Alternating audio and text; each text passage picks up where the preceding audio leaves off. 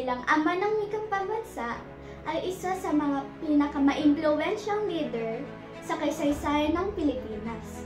Ipinanganak siya noong Agosto 19, 1878 sa tahimik na bayan ng Baler, Aurora, sa isang simpleng pamilya.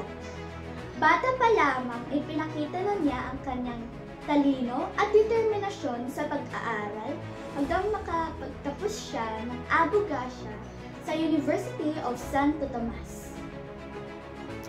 Sa simula ng kanyang karera, nagsilbi si Quezon bilang gobernador ng Tayabas at naging boses ng mga Pilipino sa Senado.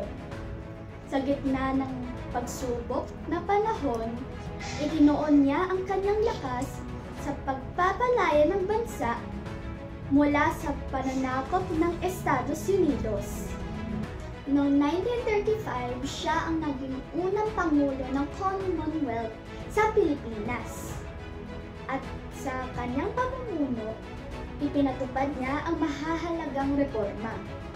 Ang pagbibigay prioridad sa karapatan ng magsasaka, pagpapalaganap ng edukasyon, at pagbibigay diin sa pagkakaroon ng sariling wika.